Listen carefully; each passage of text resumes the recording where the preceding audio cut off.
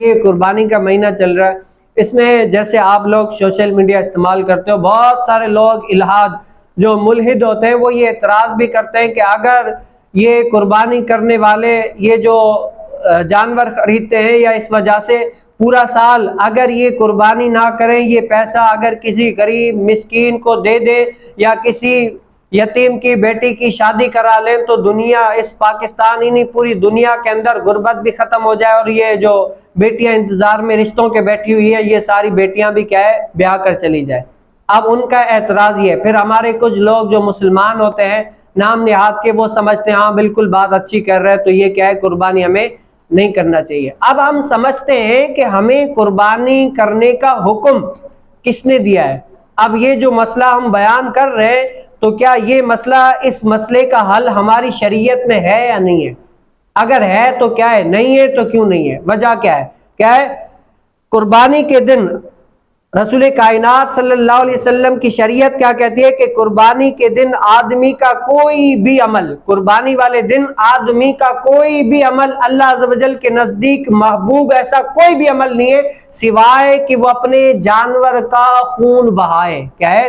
جانور کو ذبح کرے، فصلی لربک وانحر، قرآن کی نص پر عمل کرے۔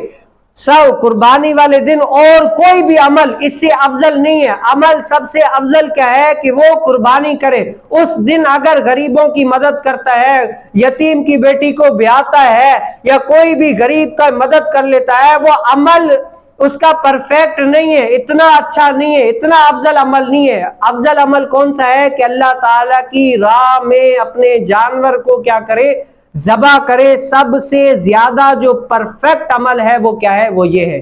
اور رسول کائنات صلی اللہ علیہ وسلم نے فرمایا کہ قیامت والے دن وہ جو جانور ہے نا، جانور قیامت کے دن اپنی سینگوں، بالوں اور کھروں کے ساتھ آئے گا۔ کیا ہے؟ کھروں کے ساتھ آئے گا، اور قربانی کا خون زمین پر گرنے سے پہلے اللہ عز و جل کی بارگاہ اقدس میں پہنچ جاتا ہے۔ تو کیا ہے؟ خوش دلی کے ساتھ کیا کرو؟ قربانی کیا کرو۔ اب شریعت ہمیں کیا کہتی ہے کہ قربانی والے دن آپ بھلے غریب کی بیٹی کی مدد کر لیں، چاہے آپ جو بھی کر لیں، وہ عمل اچھا عمل نہیں ہے۔ یاد رکھیے گا عمل کون سا اچھا ہے، ہمیں حضور علیہ السلام یا حضور علیہ السلام کی شریعت ہی بتا سکتی ہے کہ آپ کے لیے اس ٹائم پر کون سا عمل بہتر ہے۔ جیسے ڈاکٹر ہوتا ہے نا، ڈاکٹر سے پوچھے بھئی یہ مجھے مرض ہے، اب بتائیں میرے لیے کیا بہتر ہے، تو ڈاکٹر بتائے گا آپ جس کنڈیشن میں ہیں نا، تو اس کنڈیشن میں آپ کے لیے یہ پرہیز ہے اور یہ کھا سکتے ہیں۔ کیوں؟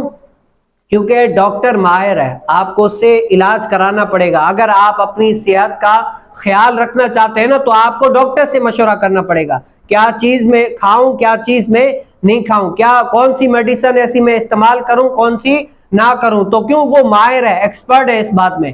اسی لیے ہم مکلف ہیں، شریعت کے مکلف ہے، ہم رسول اللہ صلی اللہ علیہ وسلم کے دین کے مکلف ہیں کہ جس طرح ہمیں دین کہے گا نا اس بات کو عمل کریں گے۔ تو حضور علیہ السلام نے فرمایا قربانی کے دن اور کوئی بھی عمل افضل نہیں ہے۔ یہ جو سیکولرزم لوگ کہیں کہ بھئی نہیں قربانی نہیں کرو، کسی غریب کی مدد کر دو یا مسکین کی مدد کر دو یا غریب کی بیٹی کا کہ علاج کروا دو یا اس کی شادی کرا دو، حضور علیہ السلام کی شریعت کہتی ہے قربانی والے دن تمہارا جو عمل پرفیکٹ ہے وہ کیا ہے؟ فصلی لربک وانحر، قربانی کرنا سب سے پرفیکٹ عمل کیا ہے؟ اور حضور علیہ السلام نے فرمایا جس کے اوپر قربانی واجب ہوتی ہے اور اگر وہ قربانی نہیں کرتا تو وہ ہمارے عیدگاہ کے قریب ہی نہ آئے۔ رسول کائنات صلی اللہ علیہ وسلم نے کیا فرمایا؟ جس کے اوپر قربانی واجب ہے، اتنا مال ہے، قربانی واجب ہونے کے لیے کتنا نصاب ہونا چاہیے؟ قربانی واجب ہونے کے لیے نصاب کیا ہے؟ 7.5 تولہ سونا اور 52.5 تولہ چاندی، یا ان کی 52.5 تولہ جتنے پیسے بنتے، اتنی ملکیت، اتنے پیسے اگر ہوں تب، یا حاجت اصلیہ سے علاوہ اگر پیسے یا کوئی چیز ہے، یہ سب اگر مکس کرے اتنی اگر مالیت بن جاتی ہے تو وہ کیا ہے؟ اس پر قربانی کرنا واجب ہو جاتی ہے۔ اگر وہ بندہ قربانی نہیں کرتا تو اس بندے کے اوپر یہ فرمان رسول صلی اللہ علیہ وسلم عائد ہوتا ہے کہ رسول کائنات صلی اللہ علیہ وسلم نے فرمایا کہ جو بندہ قربانی کر سکتا ہے لیکن پھر بھی نہیں کرتا تو اس کو چاہیے ہمارے عیدگاہ کے قریب نہ آئے۔